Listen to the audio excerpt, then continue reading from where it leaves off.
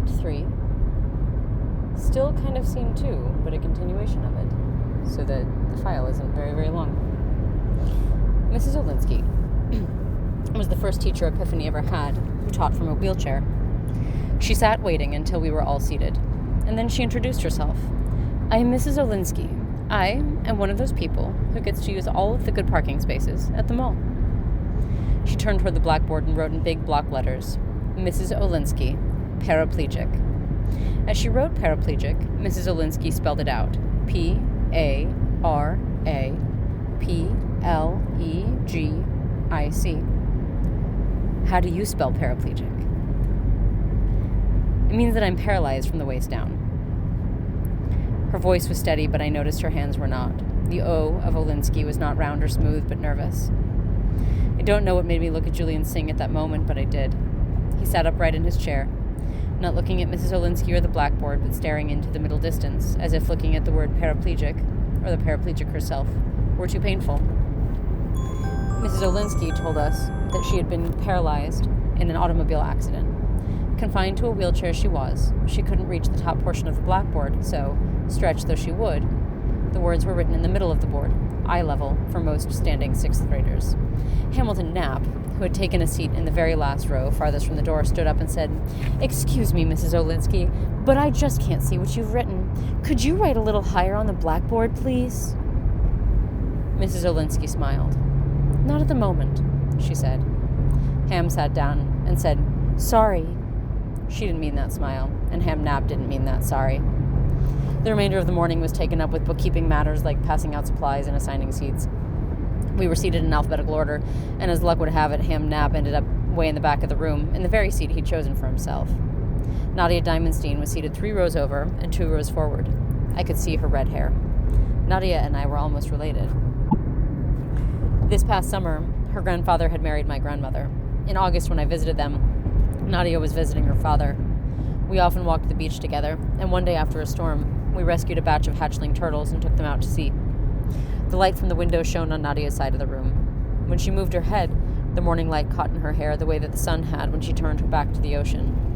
Fringes of her hair framed her face in a halo. Whenever that halo effect happened, I wanted to stare at her until the sunlight stopped, but my heart stopped before the light did. Then there was a period during my vacation when Nadia chose not to walk with her father and me. I waited for her to catch up, and when I did, she slowed down, and I missed seeing the light in her hair. I never told Nadia how much I liked seeing the halo the sunlight made of her hair. Sometimes silence is a habit that hurts. Noah Gershom sat in the back of Michael Froelich and in front of Hamilton Knapp. His father's a family dentist. His mother sells houses, a lot of them in the farm, and for reasons too complicated to tell, Noah Gershom was best man at my grandmother Draper's wedding early last summer. It was pretty funny the way it happened, but my mother, who was maid of honor, was not amused.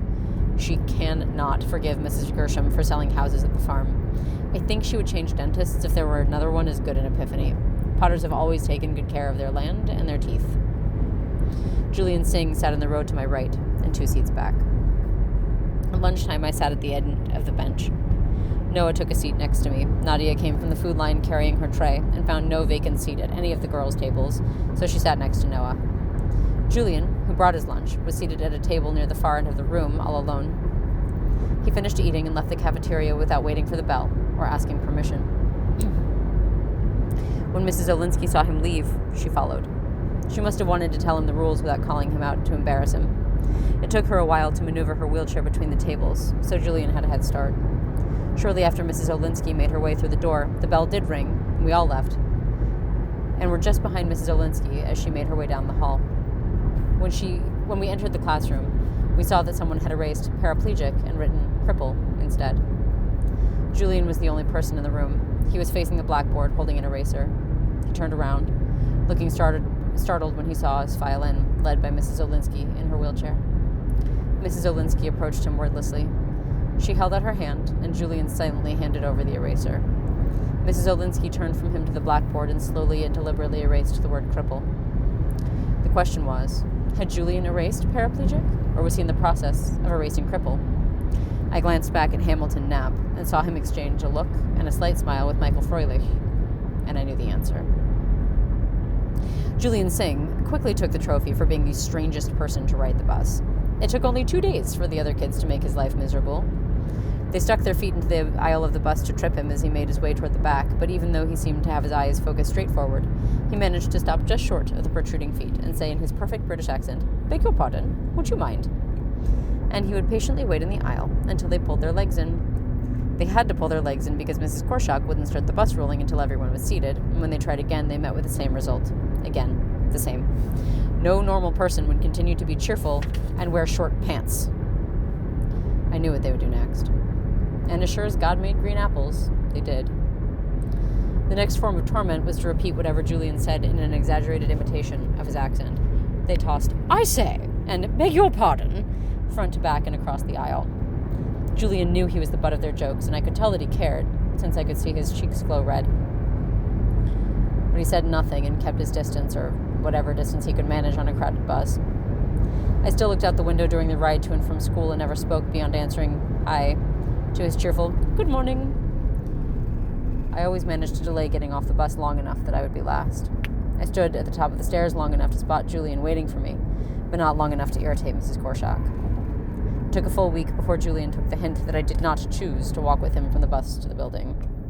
About the third day that Julian started off for class without waiting for me, I stood at the top of the stairs of the bus, checking to see if he was gone, and spotted Michael Froelich waiting just inside the schoolyard fence by the side of the gate where we entered.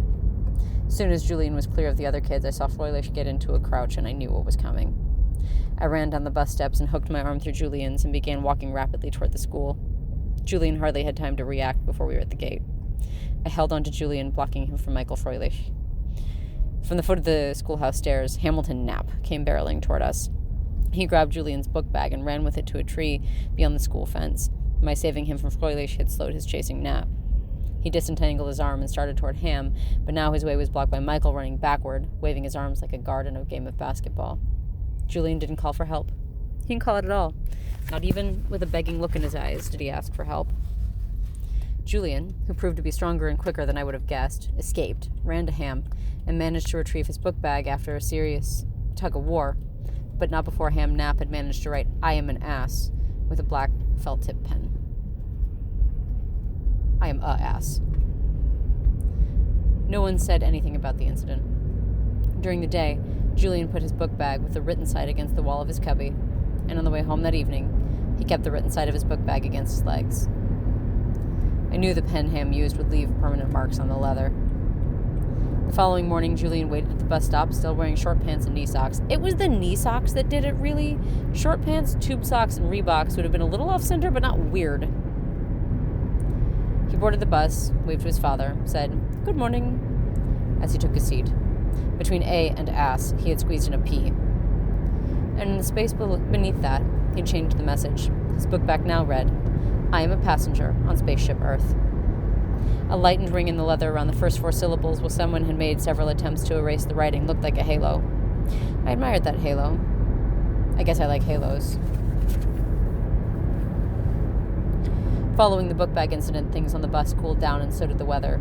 Julian began to wear long pants, corduroys. I wondered if he even owned a pair of jeans. The time of year had come where the after-school hours were growing shorter and shorter, and I had pumpkins to attend to.